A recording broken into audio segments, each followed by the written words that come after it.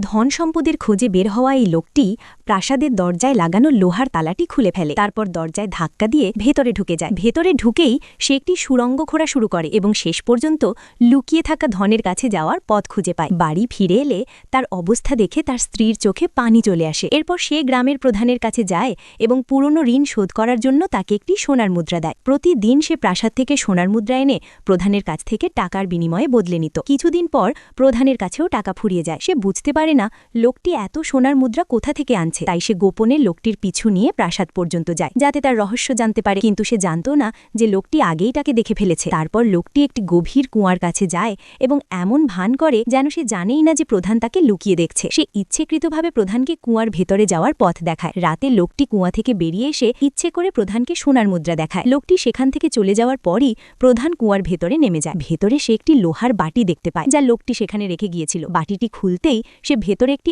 আটা দিয়ে তৈরি পুতুল দেখতে পায়। যেই প্রধান পুতুলটি বাইরে বের করে সঙ্গে সঙ্গে এক ভয়ঙ্কর রাক্ষস আবির্ভূত হয় এবং তাকে টেনে নিয়ে যায়। পরের দিন লোকটি আবার কুয়ার ভেতরে আসে এবং নতুন একটি আটা পুতুল বের করে রাক্ষসের আসার অপেক্ষা করতে থাকে। রাক্ষস সামনে আসতেই সে পুতুলটি নিজের থেকে দূরে ছুঁড়ে ফেলে। রাক্ষস পুতুলটি খেতে দৌড়ে গেলে লোকটি সুযোগ নিয়ে রাক্ষসের পিঠে বাঁধা থলেটি ছিঁড়ে ফেলে। সঙ্গে সঙ্গে থলি থেকে অনেক সোনার মুদ্রা নিচে পড়তে শুরু করে। সে কয়েকটি মুদ্রা তুলে কুয়া থেকে বেরিয়ে আসে। এভাবে বারবার করতে করতে একসময় সে গ্রামের সবচেয়ে ধনী মানুষ হয়ে ওঠে।